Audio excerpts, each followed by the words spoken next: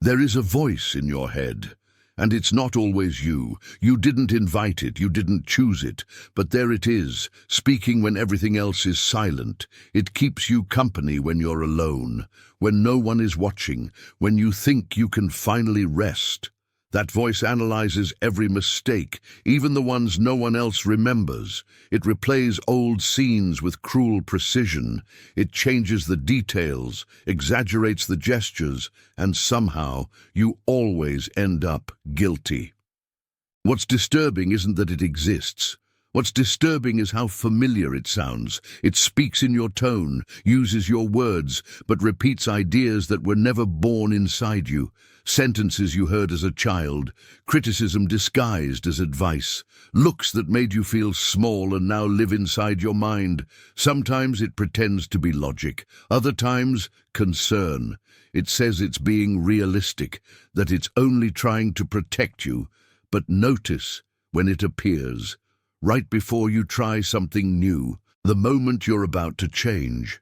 It whispers just when you start believing in yourself. It reminds you of everything that could go wrong, shows you futures that never happened, turns a doubt into a verdict. Psychology calls it inner dialogue. But that sounds far too innocent for something that can slowly destroy you from the inside. Because that voice doesn't just comment, it directs. It decides when you stop, when you hide, when you quit before you even begin. And here's the darkest part. If you never question that voice, you eventually believe that it is who you are. But it isn't. That voice is an echo, an old recording stuck on repeat, a defense system that learned to hurt you before others could.